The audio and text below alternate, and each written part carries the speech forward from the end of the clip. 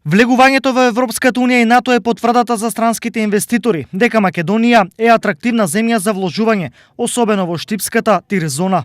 Ова денеска Елвин Хасан, министер без ресор задолжен за странски инвестиции, го истакна на работната средба со штипскиот градоначалник Благој Бочварски. Очекуваме во наредниот период да дојдат нови инвестиции во нашата држава, вклучително и во градот Штип. Секако дека странските инвеститори е битна сигурноста која што ја обезбедуваме со НАТО и ЕУ интеграцијата.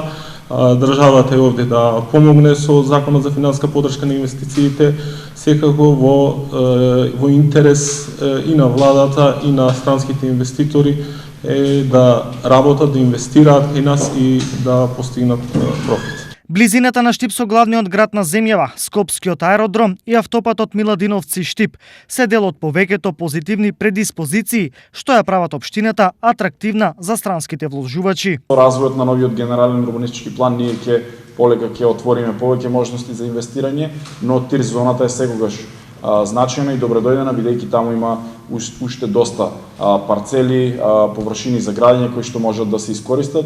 Најважно од се е дека работната рака која што ја има во еден помал број овде во општина Штип и во регионот, бидејќи луѓето се вработени, но многу е важно да, освен што се вработени, да добиваат и повисоки примања, повисоки плати.